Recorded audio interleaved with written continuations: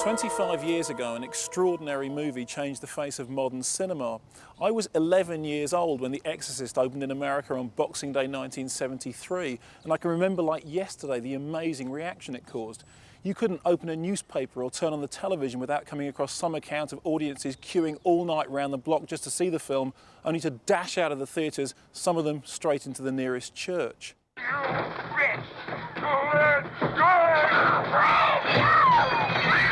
We meant to make a good movie. We meant to make a scary movie. But I had no idea that it was going to be that good or that scary. You left her alone, you guys! Shut up! The effect was really searing on a lot of people because this wasn't just The Omen, it wasn't just Rosemary's Baby. It had a psychological, religious impact. It's not a film about Dracula. It's not a film about the alien. It is a film about people who live up the street. It's about a real street in a real town with real people living in it, in the house, and upstairs on the third floor of this house is a real little girl who happens to be possessed by a demon. All right, let's see what to do. Keep away! This hour's mine. The film kind of from being a horror film became kind of a phenomenon, testing people's stamina. And you heard people saying that I was there, and when I was there, there were 3 people who fainted and were carried out, and there was one at my side who threw up. I was as much watching what was going on, not believing that the world, that people could react in that way. I mean, I was like, why are they reacting? It's a movie.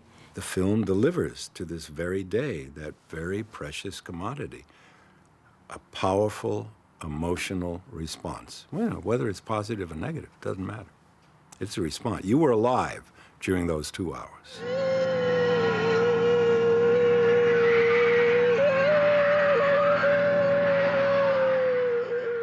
The story of The Exorcist is an enthralling one about the possession and exorcism of a young girl, not in some Transylvanian Netherland, but right here in modern-day Washington, D.C. For some, it was the greatest advert for Catholicism the world had ever seen. For others, it was a monstrosity that carried in its celluloid the mark of the devil. For me, as an 11-year-old not old enough to see the film, just watching the trailer was a nerve-jangling experience from which I have never fully recovered.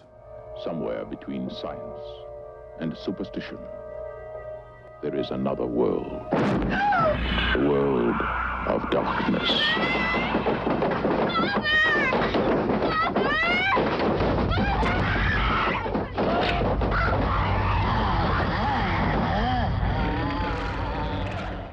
I started writing The Exorcist because I frankly was unemployed. Comedy writing, which was my forte, exclusively, had dried up. So I thought, all right, I have nothing better to do, and I might prove that I can write respectably in another medium. I had no concept whatever of what was to come. The one hope, the only hope, The Exorcist. The fictional story of The Exorcist can be traced back to some real-life events that happened in 1949, not in the upmarket surroundings of Georgetown, but about 10 miles away on this much more ordinary street in a Maryland suburb. Well, in 1949, I believe I was a junior at Georgetown University. And in class, I heard some details about a so-called case of possession and an exorcism that was going on somewhere nearby.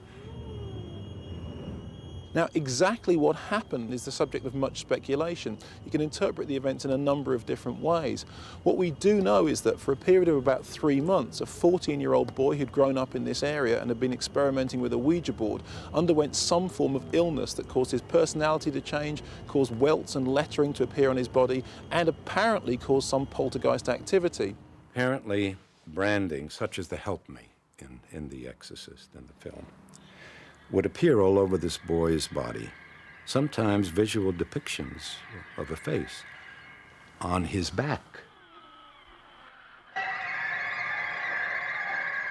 Also on the back, I believe, were the words spite and hell.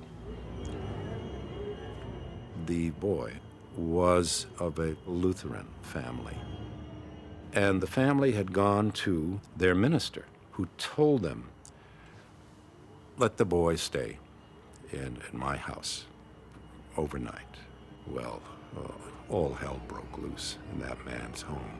He then said, look, I don't know what to tell you about this. The Catholics claim to be able to deal with that sort of thing, and you might go to a Jesuit priest.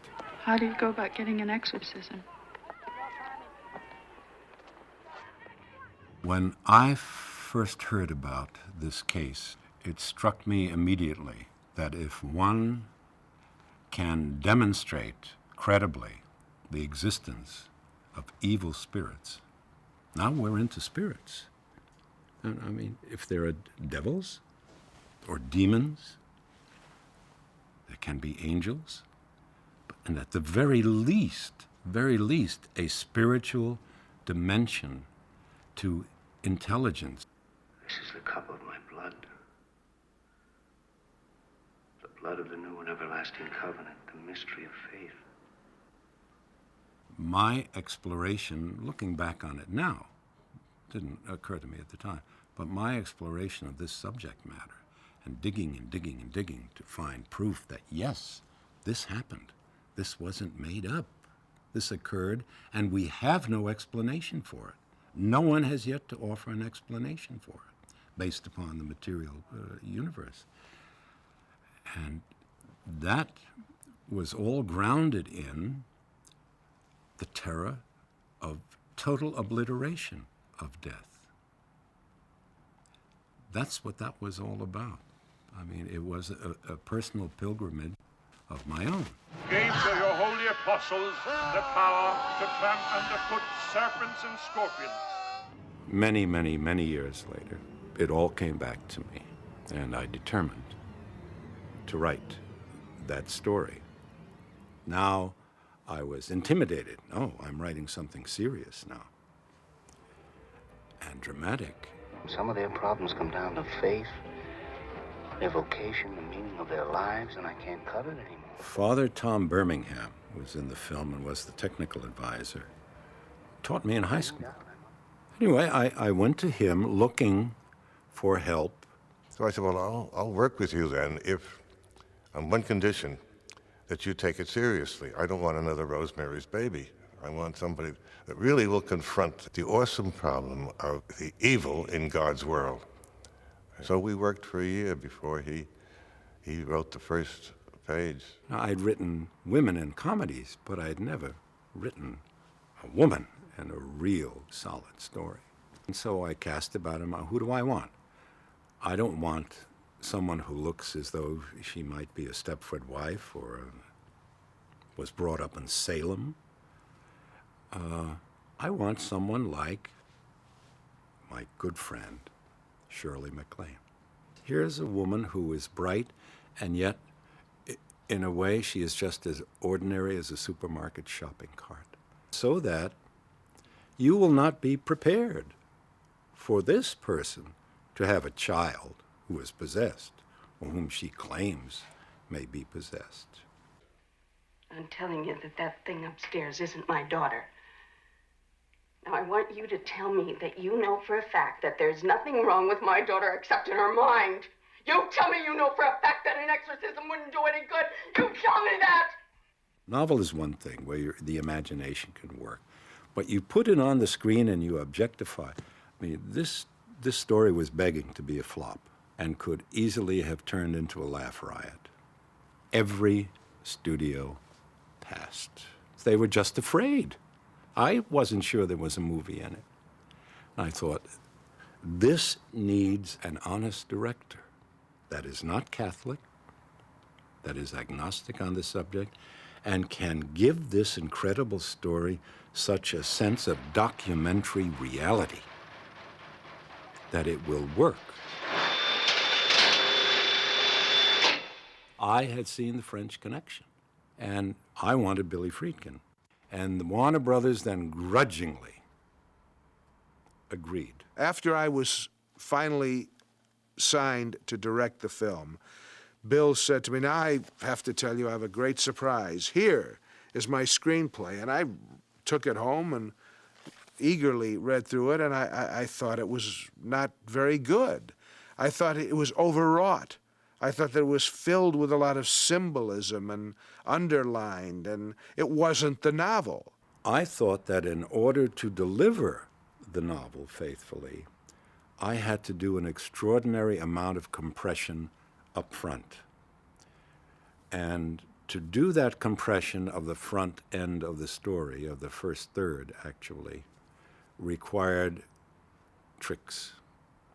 I remember 8 million flashbacks. Everything, it was a jumble. I thought those adaptations he made were unnecessary, and I believed in the novel, which I told him, and I then took the copy of the book that he sent me and I marked it up with passages that I felt we could film. Every night he would reread the novel, and he'd make these notes, and he'd come in and he'd say, I think we ought to start with this scene and go to that scene and that scene.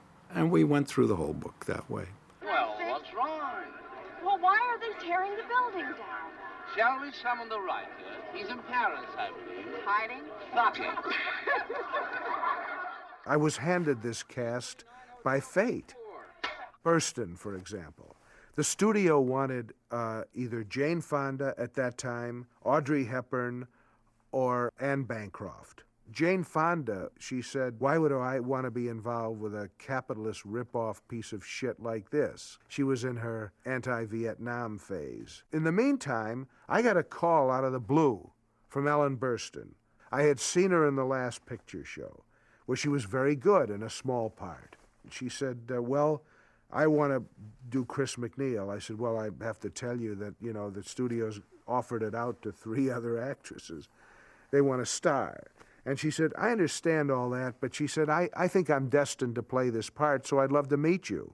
He said, all right, I'll tell you, I'm not going to keep you dangling. It's between you and he mentioned another actress. And he said, and I'm flying to New York tonight to see her. But by this time, I realized that Burstyn was so supremely intelligent, understood what we were doing. He called me from New York and said, all right, you've got the part. And I said, oh, you saw her? And he said, no, I ran into her in the deli last night and she looked like hell. And I said, well, Billy, that's not fair. I look like hell in the deli too. And he said, well, that's the way the cookie crumbles. You really don't want me to play, huh? No, I do. Captain Howdy said no.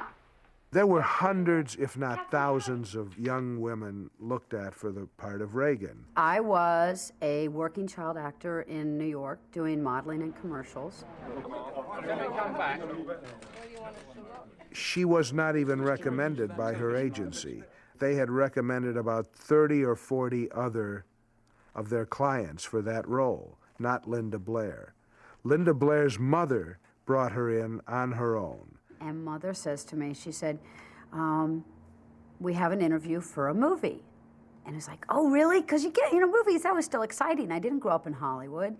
So I went in and met with the casting people. They gave me the dialogue, which was, like a paragraph of the worst language you could ever imagine.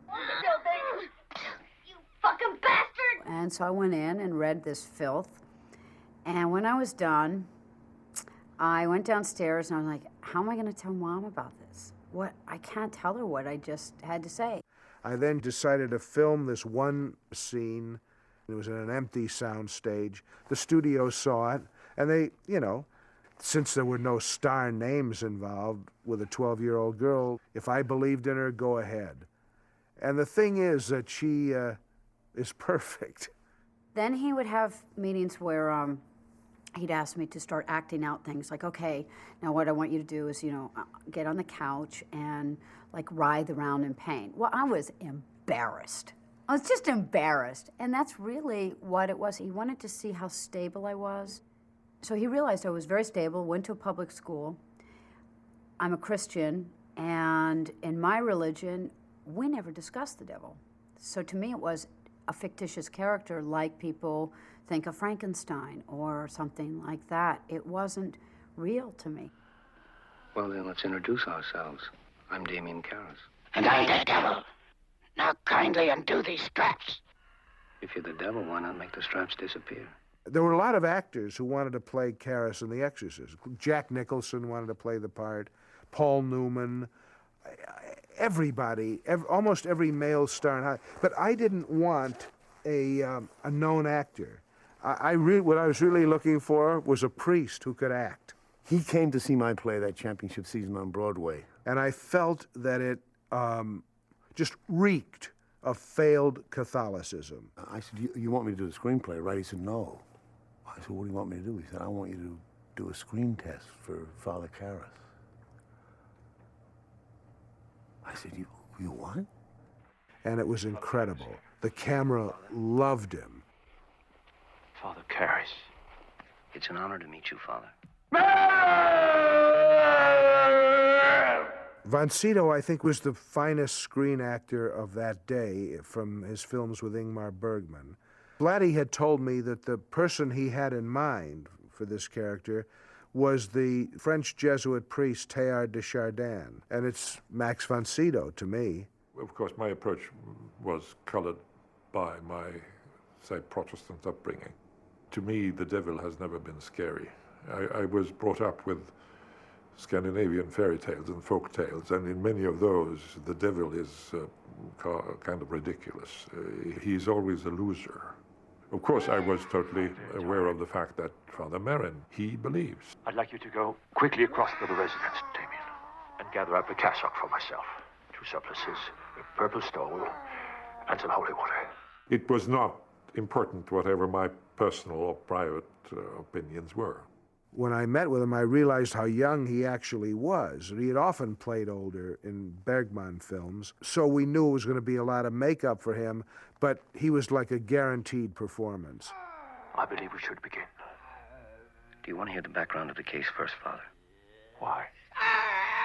And then Billy thought to cast Tom Birmingham, Father Birmingham, as the president of Georgetown. You can't get that sense of genuine sanctity from an actor. And then I introduced Father Bill O'Malley to Billy. Billy fell in love with him for the part of Father Dyer. Friedkin hired him, and also Tom Birmingham, because they were priests, not because they were actors. They were kind of good luck charms, you know. How am I doing, you know? I had to ask permission from the provincial, and he kind of rolled his eyes toward heaven and said, well, why not? And he had read the script, so he knew that it was really trying to say something significant about religion. It wasn't just, you know, a scary movie. It was a movie that was talking about evil. The power of Christ compels you! The power of Christ compels you! It deals with very heavy forces.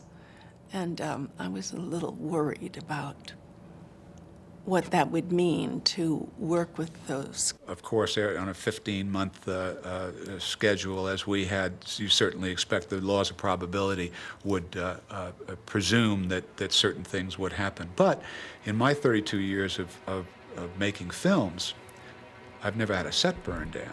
And we did on The Exorcist. We had a fire, still a mystery. The set caught on fire one weekend when no one was there. I remember that was terrible. Shut down. I think it shut us down for about 6 weeks.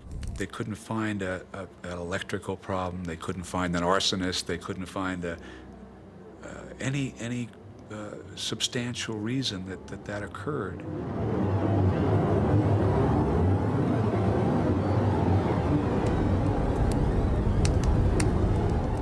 When I was filming, I would go to this little restaurant, which was in the Jesuit quarters, and sit there and study my lines. I was in there one day, and this very, very old priest, he handed me this little medal of the Blessed Virgin. He said, you know why I'm giving you this? I said, why? He said, I want to tell you something about intervention. Did you ever hear the concept of intervention? I said, no. He said, it's a Gnostic concept. It comes out of the 15th century. If you do anything on the devil, anything at all on the devil, to reveal him as the trickster that he is, he will seek retribution against you. Either or he will even try to stop what you're trying to do, to unmask him. And he said, this metal will protect you. He said, be very careful, you take care of yourself. Maybe about 3 days later, it's kind of catacombed there, the Jesuit estates. And they have all these side rooms, like little sitting rooms, maybe 4 or 5 of them when you walk down the hall. So I'm walking down the hall going to dinner one night, and I walk by, and on the periphery of my mind, I said, did I see a casket in there? And I walk back, and I look in the room, and there's this old priest in a casket, dead. Just through attrition, I think there was 3 or 4 people died. There were a couple of unfortunate deaths during the filming. There were 9 deaths, which is an enormous amount of deaths connected with the film. Some very directly, like the actor Jack McGowan, who gets killed in the film, completed shooting, and died. It's very simple. If you have a production that lasts 2 weeks or 3 weeks, nothing happens. But if you have a production that lasts for a year or 9 months, a lot of things have to happen. Accidents one way or the other. Max von Sydow's brother died. The assistant cameraman whose wife had a baby during the shoot, the baby died. The man who refrigerated the set died. The young black night watchman. And these weren't casualties from stunts or things like that. These were kind of men standing behind a camera all of a sudden, dropping dead. Of course, it always makes for great stories about what happens, if it was cursed or whatever. It's very good for publicity, but if you don't believe in devil, you don't believe in curses. Simple. Then Friedkin called me and said, would you come down and exorcise the set? So I said, no, Billy, no. I don't want to increase anxiety or anything like that. And we probably are not dealing with anything more than accidents of one kind or another. But what I will do is think of something else. So then I said, what am I going to do? I said, well, I guess they want me to do a Catholic thing. So I went down and I told them all, everybody was there, including the Teamsters, and Max von Sydow had just arrived. And so I gave them a blessing, and then I said, now I'm going to give you my own view of what it's like to do exactly what everybody in this room is doing. All of us are made in the image and likeness of God, and we all mirror him in some way. And what all of you are doing is marvelous. You mirror the creativity of God.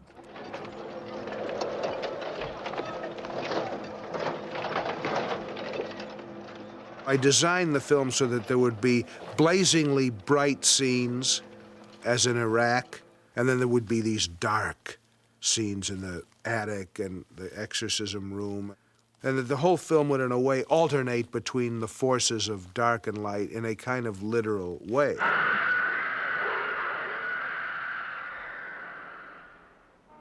I went to school. I graduated from Georgetown. I then was stationed in the Air Force in Washington, D.C. for a time. I knew it.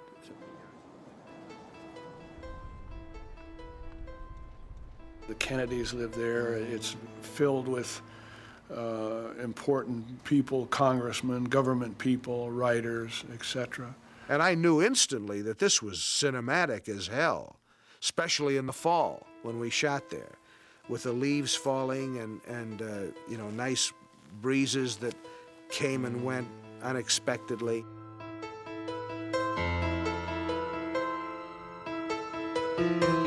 This is the precipitous flight of steps down which Father Damien Karras throws himself at the end of The Exorcist. He dies just about down there. When William Peter Blatty was a student at Georgetown University, these steps were known as the Hitchcock steps. because of their slightly eerie quality. But over the last 25 years, they've become the Exorcist steps, a place where fans of the movie come from all over the world to take in the atmosphere, pay homage, and leave their mark.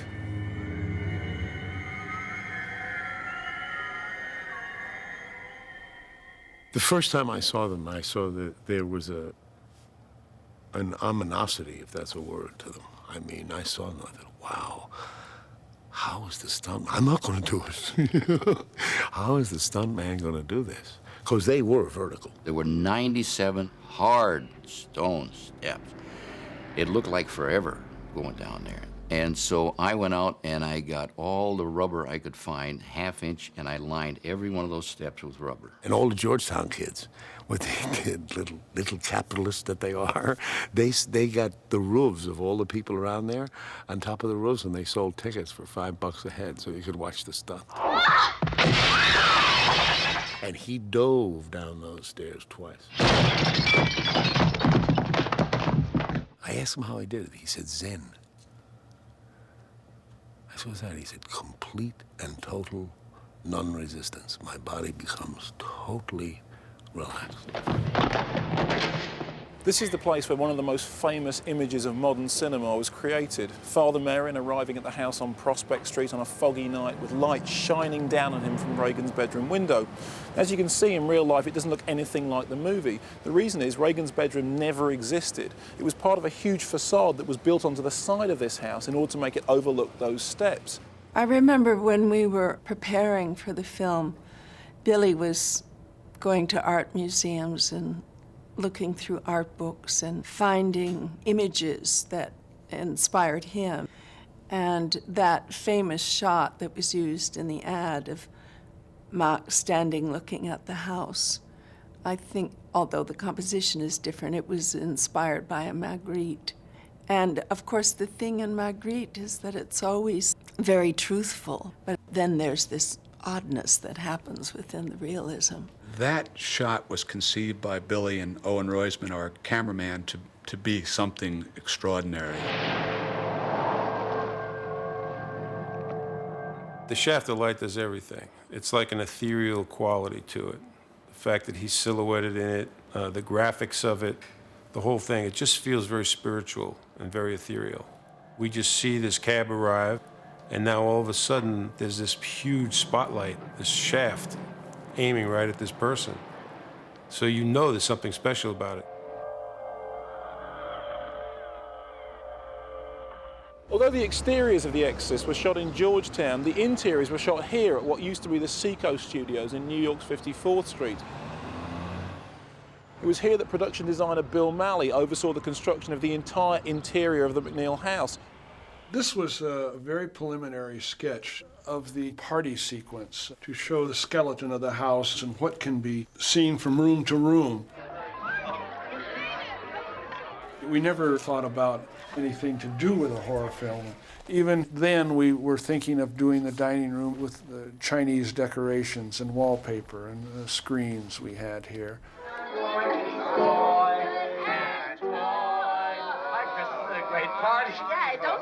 One of the spooky parts of it is the contrast, rather than, you know, thinking you're going to go in and you're going to see the darkness and the chambers and the chains and the bats flying around. Hey, I think we've got a guest. You're gonna die up there.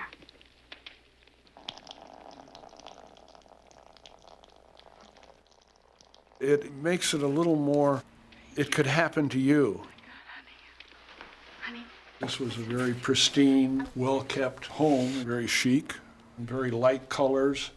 These were beautiful people. They had all the advantages, and they lived well. All of a sudden, this horrendous thing happens to them. First of all, you wanted to see these things happen as realistically as possible. I knew of no way to achieve these effects realistically with opticals in the state they were in then. Today, it would be a piece of cake. Today, they can make you believe that the Titanic is sinking. In those days, I could not, with an optical, make you believe that a bed was thumping on its own. It had to happen on the set, and it was a case of trial and error. Marcel Vercateur, the special effects man, who was brilliant, he conceived and designed all those effects so that you couldn't see anything. I mean, everything was built in. They're just amazing. He was a strange soul, like me, an experimenter and a perfectionist. We started off with one particular thing, just elevating the bed light. Amen. Oh, Lord, hear my prayer. So what I did was put enough weight and leverage behind to raise the bed. Then I pulled it back down again. Almighty Lord. So the bed was trying to fly, but it couldn't because I was pulling it back. It really worked well. But anyways, we got so many things that I built another bed, and then I built another bed. So I had 3 beds. Hasten to our call for help. So all these beds all did different things. The room itself was sitting on 8 pneumatic wheels in order to create the earthquake. All of that work in that room was excruciating to get because it was all done mechanically. Do something, Doctor, please. I said to Billy, if I was a devil, I'd get up and grab her, and I would thrash her. I would let her know. He said, go ahead and do it. What is it? What's happening? Stop! It's burning! It's a rigging that Marcel Vercateur came up with that was a mold of my back, and it was like a hard metal. And then they had like a brace around my stomach, and then it was laced up on the sides. I had her completely strapped in, and I had her. It was actually manually pumped by some big man on the other side of the wall. I could throw her up and back, and I had her. And the lacing came loose while I was being thrown, and so as I went forward, the piece was coming back. So it was a constant. And the dialogue was, please make it stop, it hurts, it burns, whatever. She started screaming. I didn't know what to do. And so I'm just yelling, it hurts really, really, and somebody thought I yelled Billy. And I actually never broke character. That's the footage I use in the movie where I'm crying my eyes out because they are brutally damaging my back. I had a rig around my midriff with a wire coming out the back, and the stuntman was pulling me. So we took her back the first time, and it was a good shot. And Billy said, we're going to do it again. I said, Billy, he's pulling me too hard. I can get hurt. And Billy said, well, it has to look real. I said, I understand, but I'm telling you, I could get hurt. And the stuntman was standing there listening to this, and Billy said to him, okay, don't pull her so hard. But as I turned away, I felt them exchange a look. And he said, give it to her this time. And I said, really? And he says, give it to her. And this is Ellen Burstyn, right? She's a nice lady. And so I said, okay. So when I hauled off, she came completely off her feet. You see me hit and you see me reach for my back. I screamed in horrendous pain. Billy motioned to Owen to tilt the camera down on me. And I saw it and I was so furious and said, turn the effing camera off, because I couldn't stand that he was willing to just get a quick shot of it before they called the ambulance, you know. Ellen didn't like it too well, and she went to see her chiropractor, and chiropractor said, you're all right. Just a couple of days, you'll get over the soreness. But that's show business, I guess. It was way beyond what anyone needs to do to make a movie. Well, it was a very difficult film. Billy was reaching for the limit. He was committed to it, and he was obsessed by it himself, and that obsession was contagious. He knew what to do with this film from the minute that he read the book. And it was his vision, so all of us just participated by doing what he wanted. Billy didn't kid around. When he said he liked something, he really liked it, you see. He never flattered. And he knew how to make each one of us work. And that in itself was very interesting because I got to watch everything from the bed. And you never knew when he was going to explode or not explode. So there was always a tension on the set. Oh, come on, shut up in there! Billy can be totally irascible. Billy has reduced me to tears on more than one occasion. But he also liked to stimulate the actors. So he would sometimes shoot off a gun or something when he wanted someone to look startled. And that's really what pissed me off. And I told him, I said, never do that again. You know, I'm an actor. I don't need all these artificial stimulants. Well, the actors got used to this.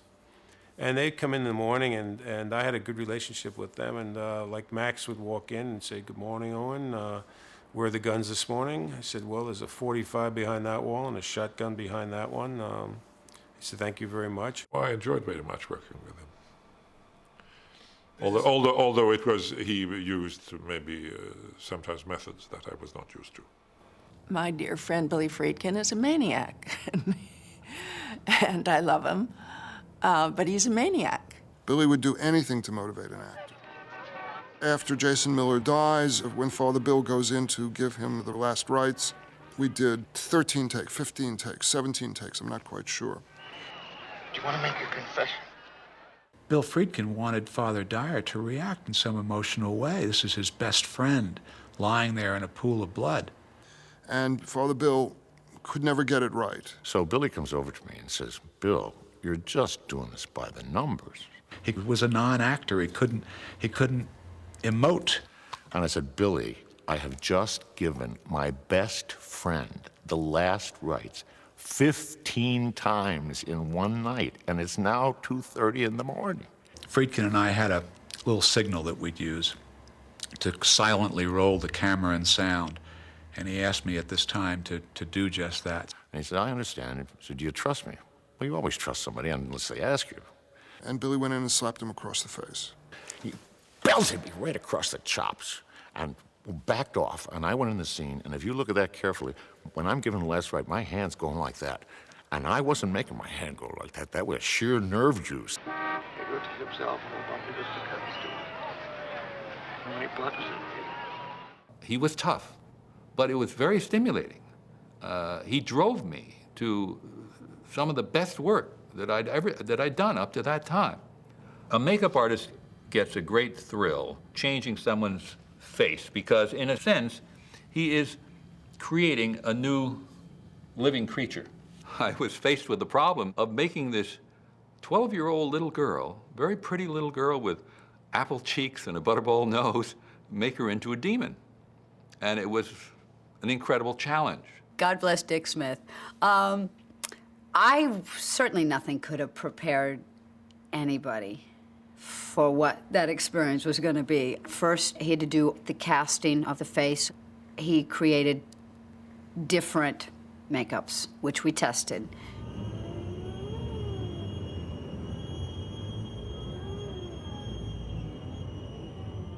I think it was 6 different, all different makeups.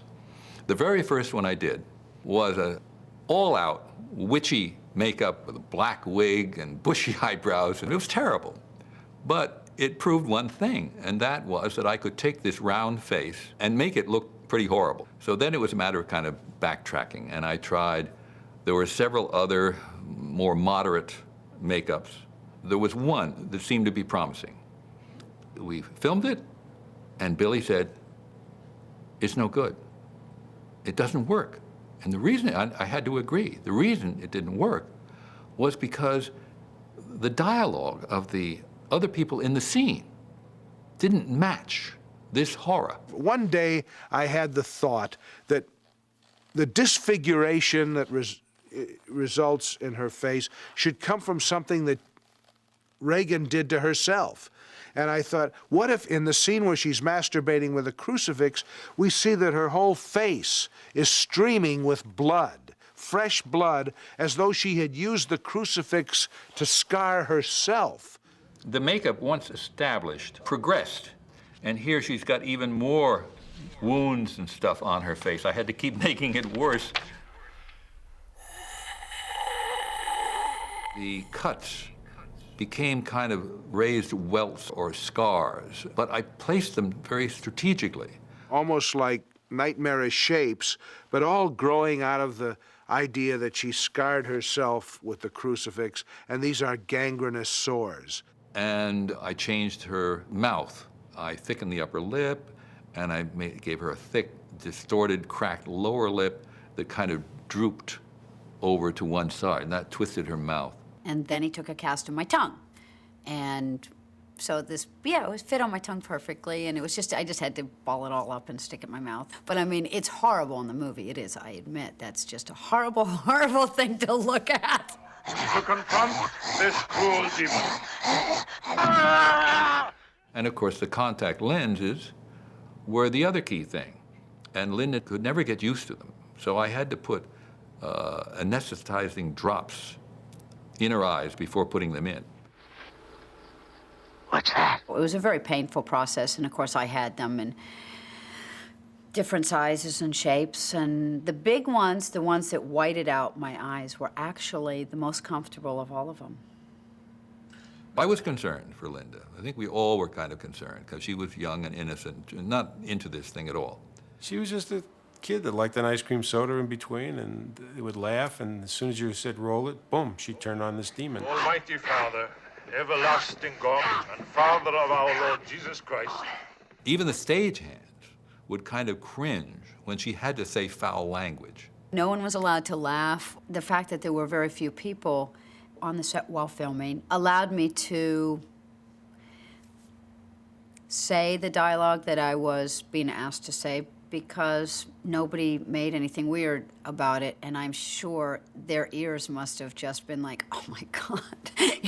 I do remember, though, you know, Max is such a gentleman, such an aristocrat, really.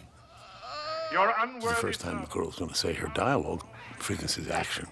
And Linda looks up to the beautiful blue eyes and that cherubic face and says, your mother sucks cocks in hell.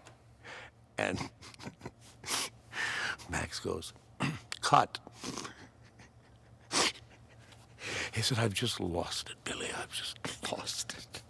So one day I asked her, I said, Linda, how do you feel when you have to say these lines? She says, oh, it's not me, it's Reagan. Her capability at that age of handling what she went through was remarkable, totally remarkable. She just divorced herself from this horrible character and even from the language. I certainly, as an assistant director, felt for this 13-year-old girl who was in makeup for 4 hours every morning before she even got on the floor. It took hours to light every shot, and so you couldn't keep Linda Blair in that, or another 12-year-old in that rig for hours. Eileen Dietz was about 25 or 26 years old. She was the same size as Linda, who was 12. We'd light Eileen Dietz and get her out and put Linda Blair in to do the scene. So he may no longer hold captive this person. There are a couple of shots that we did with Eileen Dietz where, like, she backhands the doctor and knocks him across the room and we're behind her. Obviously, Eileen's blow was much more powerful and believable. In the scene where she's masturbating with a crucifix, when the crucifix goes into the crotch area, that's Eileen Dietz. I didn't ever think they would allow us to film or exhibit the crucifix masturbation scene, and yet I couldn't think of how to do without it. I didn't understand what masturbation was at that age. So I didn't understand, you know, there was a box and a sponge and Karo syrup with red food coloring. And that was between my legs. So I just had to put the cross into the box. That's all I was doing. I had no idea what it was until many years later. When I was writing the novel, I said, now I have come to the point where this woman, this non-believer, in desperation, is going to go to priests, to witch doctors. What on earth could drive her to that? What is the worst possible thing I can think of? I think it was merited, and I think it served a purpose. It was probably one of the most vicious things I've ever seen in a film. It certainly does make this statement of to what lengths evil will go to manifest. To this day, even with sensibilities that you think are so utterly jaded and depraved, it remains the most shocking piece of footage I have ever seen. There were various different effects that had to be done in the script, and one of them was the head turning around backwards. The only way to do it was to make a dummy and have a mechanical head. We sat down together, and Dick says, if you'll do everything on the inside, I'll do everything on the outside. The head and the torso are a rigid plastic because the head had to rotate smoothly. The only problem was going to be the separation. But if I spun the head, the hair would come down and cover up the crack. So I could spin the head. I could go around 2-3 times if I wanted to. Amen. I worked on the eyes, and I used remote control. Let my cry come unto thee. And she would sit there and look at you in the room. It was frightening. It was so alive. In fact, I didn't want to call it a dummy. I quit calling it a dummy because it was embarrassing. I says, I don't want to call you a dummy. We decided we were going to try it out, so put it in the front seat of a taxi in the summertime in New York City. The head would wobble around, so it looked like it was alive. And the people would stare at this thing, and then finally it would just spin its head around, and that was it. And then tell the cab, get out of here. See the cross of the Lord. Begone, you hostile power. This is the device I made to create the vomiting effect. This side piece is actually a very thin, flat tube, and there's a little nozzle connecting the two. I can take this apart, and the tubes would be hidden behind the head of the person. Actually, it was not Linda Blair, but Eileen Dietz. It was used for this rather unpleasant task, and it would fit snugly on her face like this.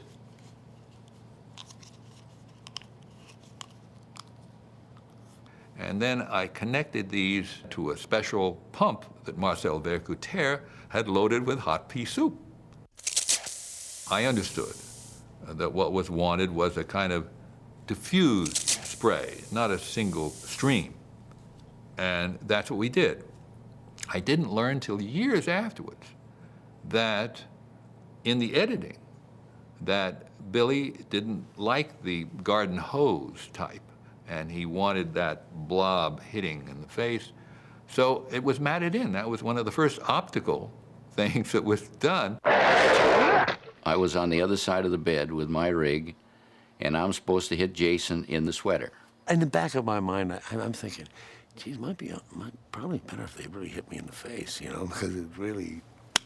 I got all set up, and now they changed the lights, and they did this and that, you know. Pretty soon, I said, maybe my vomit is getting a little cold.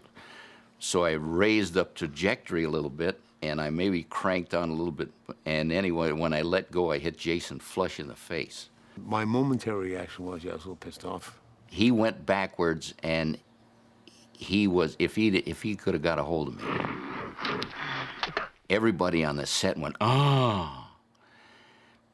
And I felt like a, you know, and so they said, clean Jason up and we'll do it the right way. So they cleaned him up, got him another sweater, and we shot it 3 or 4 times after that. But then after they started to put it together and they saw the expression on his face, that is actually the one they used. It was a nice mistake. I enjoyed it, Jason didn't. You remember in the little girl's room, whenever she went demonic, the room became extremely cold. And of course, how do you make breath show in a room? Today they can draw it in digitally. It's rather expensive, but it's less expensive than what we did. I got a hold of this refrigeration fella, and I built this giant cocoon. So we had 4 massive air conditioners, which we found we had to turn on all night. And by the time we got to the set the next morning, it was 30 or 40 below zero. He wanted to see the breath of the actors, and I think also in the back of his mind he decided that the extreme cold would really influence the performance as well. It was difficult to act and express facially emotions when your face was frozen, literally. The perspiration was freezing on my hair was frozen. One morning, we had a lovely surprise. We came in and found that there was like a thin, thin layer of snow over the entire set. That somehow a lot of moisture had gotten into the atmosphere and it had condensed. Be silent! We're all there in our Arctic cold weather Eddie Bauer special, suits, and she's in her nightie. It's the power! Holy water! Was it cold? Yes. Did I like it? Not much. It's probably why I hate cold so much nowadays. I was cold, yeah. For the first time, I said to myself, you got principal actors, not in Alaska, not in an ice house, on the set in the middle of the summer in New York City, seeing breath. But every time Owen would turn his lights on to light a shot, the temperature of the room would increase. And after maybe an hour and a half of filming, the temperature would go above freezing, so you had to shut down, shut off all the lights, and build up the cold again. And this would go on, for days and days and days and days. We were in that cold room for 60 days. The head of production of Warner Brothers came in from time to time, flew in to see why it was taking us so long to do this, and he would stand in the back of the set just shaking his head with his mouth. He couldn't believe, and no one really could believe this was going on or that would ever produce anything like a believable result. When the arduous process of filming was completed, William Friedkin brought The Exorcist here to the appropriately numbered location of 666 Fifth Avenue. It was here that a team of editors laboured to whittle down over 200 days of shooting into a coherent 2-hour movie. We approached The Exorcist not like a horror film. It was more of a combination of Billy Friedkin's background of being a documentarian as well as a theater, a director, and a live director.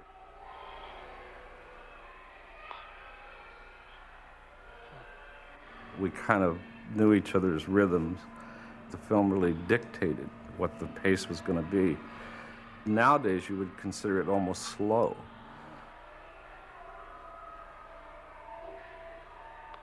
It would be slow and methodic, and all of a sudden, things would happen, and it would just, all hell would break loose. I don't want it! And the film doesn't feel long because it's constantly bombarding you with things, and then it would let you breathe, and then it would bombard you again.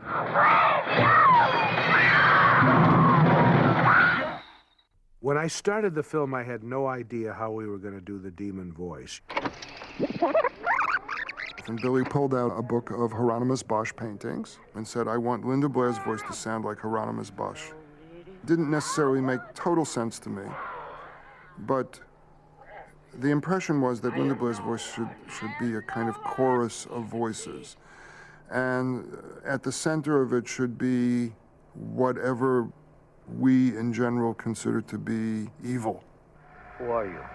No one there! We took Linda Blair's voice in the pre-production and we spent 150 hours making Linda Blair's voice into a different voice. Your mother's in here with us, Karis. We made her sound bad, evil. And I'm the devil! We played the stuff for Friedkin, and he turned around and he said, that's no good.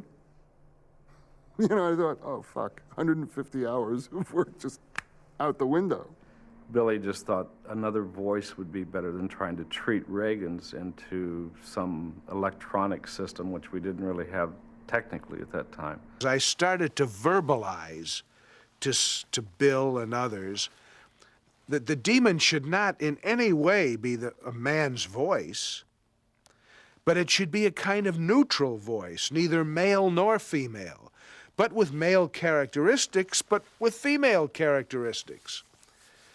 Who the hell sounds like that? Who has ever sounded like that? And the name Mercedes McCambridge came into my mind's eye. She was a great actress and had this most distinguished voice. We gave her raw eggs and whiskey, and she started chain smoking, and I lashed her to a chair. Now kindly undo these straps. The most curious things would happen in her throat. Double and triple sounds would emerge at once. Wheezing sounds, very much akin to what you could imagine a person inhabited by various demons would sound like. Basically, she performed it under great duress, and I was like stunned at what she put herself and allowed me to put her through in order to accomplish this.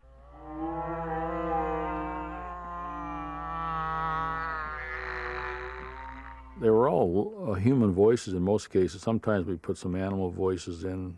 He likes to mix voices up occasionally, different sounds to create a sound. Now on that.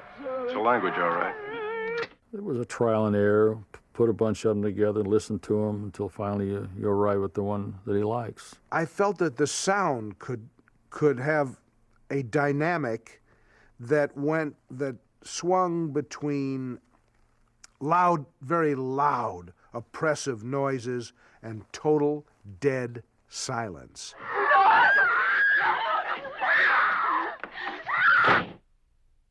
I don't think there was anything like it, sound-wise, up to that point where everything was just super exaggerated.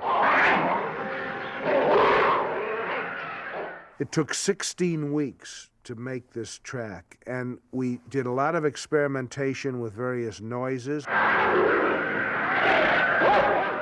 You just play it against the picture and see what happens, you know, and create what we call the mohawk, which is the mohawk is like when two dogs see one another and all of a sudden the hair goes up on the back of their neck, bad vibes. And well, there's certain music that does that. There's certain sounds that do that.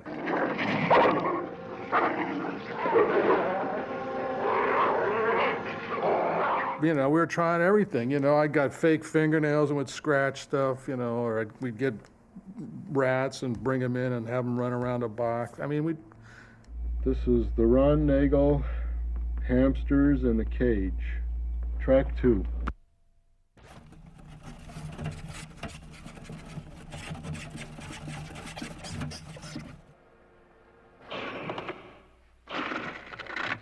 Took a bee and did, what every kid does with insects, puts it in a jar and punches holes in the top, and the bee started buzzing around, and I just stuck the mic there. Sometimes there would be processed. So I thought, where could you really get, a massive sound of horror, on an audible level? And so I said, well, the slaughterhouse, I saw a film called El Topo, and I said to my production manager who did that sound, he said, there's a guy named Gonzalo Gavira. He spoke not a word of English, but we brought him in here and showed him the film, and he was flabbergasted. He didn't understand any of the words, but he got what was going on. He actually stood in front of a mic with the film on the screen behind him like that. We opened a mic, and he would use his body and objects and things, cans and various things, and he created a lot of the sounds that you hear in the film. He borrowed an old leather wallet, a cracked old leather wallet that had, as this does, credit cards in it from someone on the sound crew. And he held this cracked leather wallet up to a microphone like this. That became the sound of the little girl's head turning around. That and a number of other sounds were created in front of an open mic by a Mexican peasant who had no shoes. The power of Christ compels you! The original composer was Lalo Schifrin, and Billy Friedkin had brought Lalo in to screen the film. And there was a lot of pretentious ooga booga about, you know, the kind of presence or feeling or vibe that the music was supposed to have. Lalo said, "Trust me, it'll be wonderful." So he went away and he wrote the score of The Exorcist. When the time came, it was like, you know, I don't know how many people were out there, like, you know, 100 of LA's finest musicians strike up the band. And anyhow, Lalo's sitting there with his chest out, and they play this score. It's a beautiful score, but it was all over. It was kind of a silence. And it was like, get this fucking Brand X Stravinsky out of here. I mean, he went apeshit. Billy did. So they stopped the recording right in the middle. I mean, you have 110 guys standing there, you know, and you just say, go home. You know, and fired him right there on the spot with his wife and his agent and everybody. I mean, it was like, look, that's it. And Billy says, give me that music. So we took the music off the recorder, handed it to him. He ran out in the front of the Tadeo and threw it across the street into the parking lot. He said, that's where that music belongs. Billy said to me, did you ever hear of a record called Tubular Bells? I said, yeah, Mike Oldfield. He says, go up and get that. After cutting the opening sequence of Iraq, we kind of went through the whole film and repaced it. Looking at it, I thought, well, there's a lot of exposition, basically, that you really don't need because it's slowing the film down, like taking a walk with Reagan through Washington, seeing all the monuments. Sequences like that that didn't pertain really to where this film was going. Chris McNeil. Please go away. I'm Father Karras.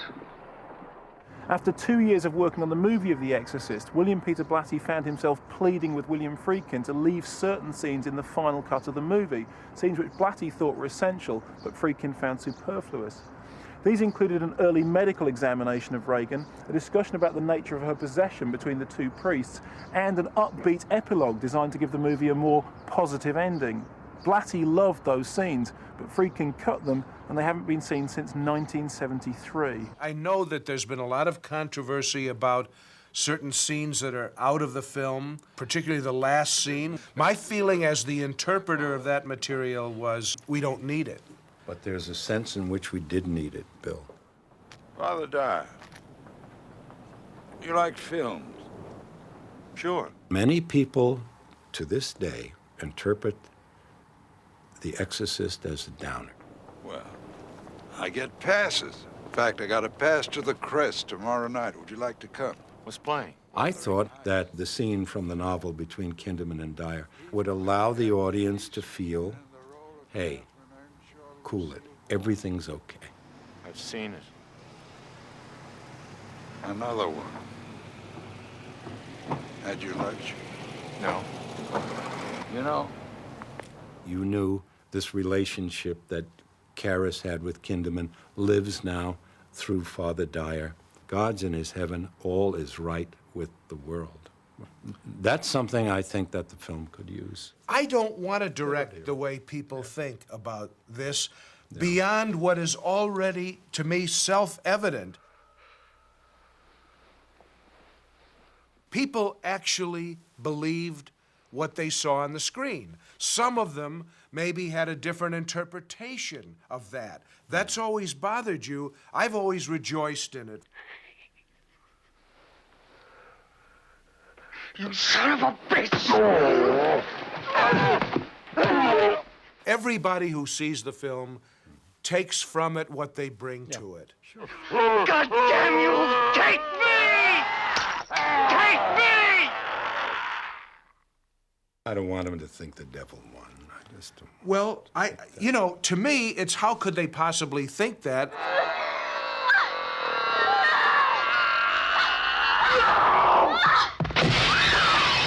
Because this relates to certain other cuts in the film. The dialogue between Marin and Karras in a kind of a break in the exorcism scene, which in the film now is just two guys sitting on the stairs, but which you had written a quite beautiful dialogue for the two of them. Why this girl? It makes no sense. I think the point is to make us despair. To see ourselves as animal and ugly. To reject the possibility that God could love us. Of all the scenes cut from The Exorcist, the most talked about is unsurprisingly not some theological exchange, but a creepy special effect known simply as the spider walk. Although it hit the cutting room floor at a very early stage, this eerie sequence, which features in Blatty's novel, has become legendary among fans of the movie. Chris has just come back from the doctor's office, and she knows now they've got to get a psychiatrist. Hi, Chuck. Come on in. Suppose you heard. Heard what? Haven't heard. Burke is dead, and then... Burke is dead, and then in the novel, Sharon gasps, and Chris turns and looks, and down the steps is Reagan coming, contorted. Walking backwards, looking for all intents like a tarantula. So on the one hand, she had to cope with the death of her friend. I could not make the transition to how she would have reacted right on top of that to the spider walk. Bill, it may have been it could be a problem in the writing. I really mean that, because what you're asked to do there is deal with a double climax. Well, Either 3. one is the end of the scene. Right. Yeah, I know. I just thought of how I should have written it, Bill. Actually, the moment she hears the words, Burke's dead, there should have been a scream instantly from Sharon, Chris, before there's any time to react to that, and the boom. That would have been great. Oh, God.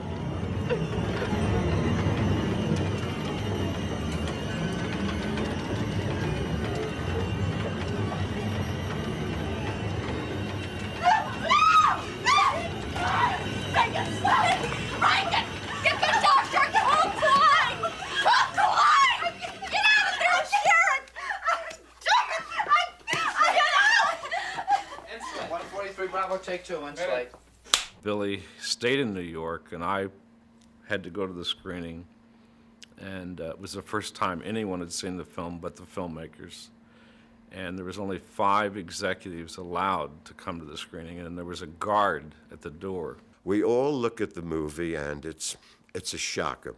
It's a shocker. All the executives got up, and they just looked at each other and didn't know what to say. There was one gentleman, a high-level executive, who suggested that it might be best if we shelved the film and never distributed it. They were really, I think, torn about the power of it. He thought it was just totally obscene and should not be shown to people. And they said, we have to call Billy Friedkin right now, and they all just walked out of the door. They talked about it for about 5 minutes and shut down that idea. The next thing I heard, Billy was on an airplane coming to Los Angeles to finish the film. If they didn't like it, he was going to stay in New York. The first time I saw the film was at a sneak preview, and I sat next to Billy. And I remember we held hands and practically broke each other's fingers with the tightness of the grip. The film started, it's just a natural opening with the Iraq sequence, a la kind of documentary feeling. And then it gets into the Georgetown, and it gets a little more intense. Who are you? There was a moment where the whole audience together went, oh, like that. And I realized that everybody had been holding their breath together. There was a lot of disturbances early on in the movie, a lot of noises and strange reactions happening. I saw a woman walk from, she must have been in the 3rd row, walking up the aisle, a little unsteadily, with her hand to her head. And when she got close enough, what I heard her saying was, Jesus, Jesus, Jesus. People started screaming at the screen. They started hiding and ducking, and some people were running up the aisles to get out. And when it was over, nobody applauded.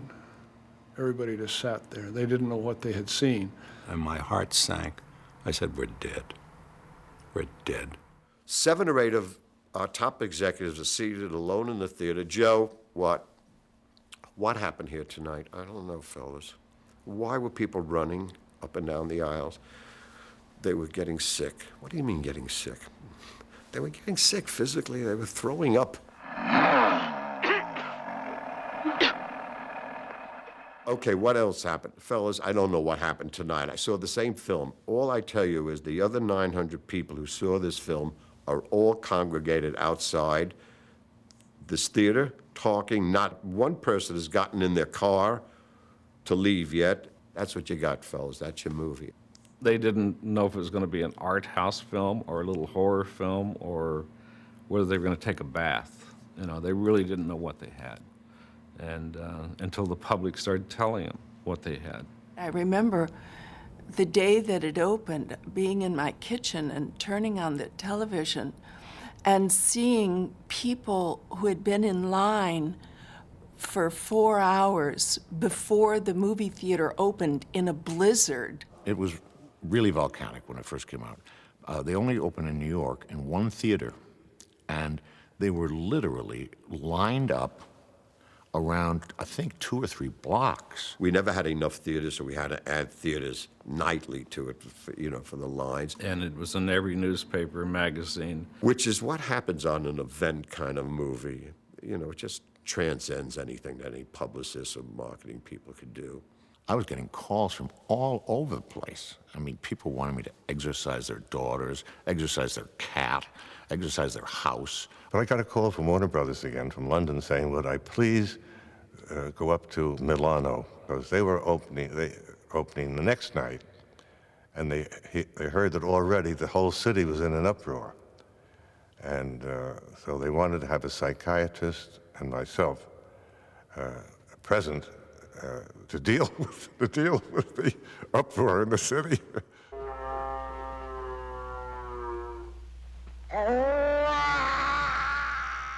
It has a very strong impact, and if you are, how should I say, if you have a lively imagination, anything can happen with a film like that if you're not prepared.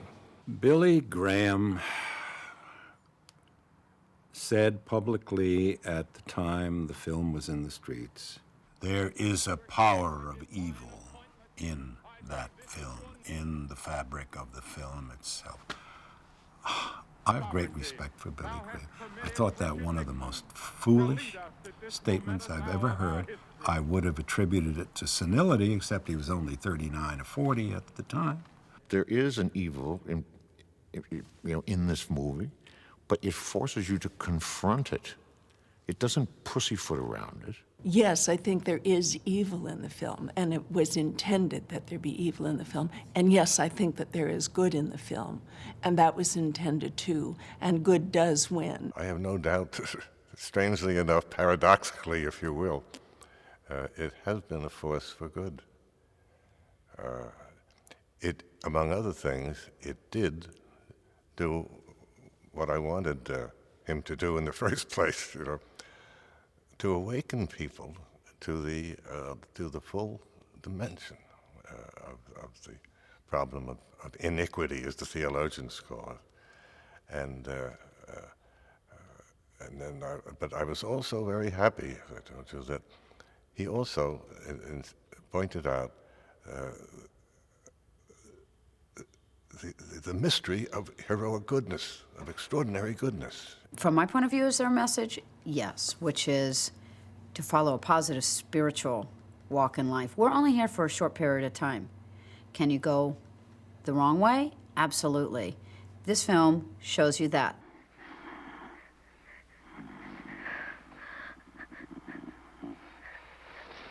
I was shocked by the perspective it opened for me about our days and our attitude to a younger generation and to children. It was a movie that was ahead of its time. I think it was maybe too intelligent for some people to realize what it was really about, and they were afraid of it. It's an illusion, a very effective illusion, but that's what art's supposed to do, is take you to another place where you haven't been before. And I think all the people that make these outrageous claims about it just don't know what they're talking about. perhaps it can affect you that way. Well, good. I'm glad it affected Billy Graham that way. I'm sure it's a lot better than having him sit before some, stupid film on television that portrays Jesus with a halo around his head and people, getting all goo-goo-eyed around him and, the way Christianity is normally portrayed. The demon is a liar. He will like to confuse us. But he will also mix lies with the truth to attack us. The attack is psychological, Damien, and powerful. So don't listen. There is a power to move you and have a disturbing effect upon the viewer, which is greater than the sum of any of its parts. It's enormous, and it's mysterious. But my God, it's not a power of evil.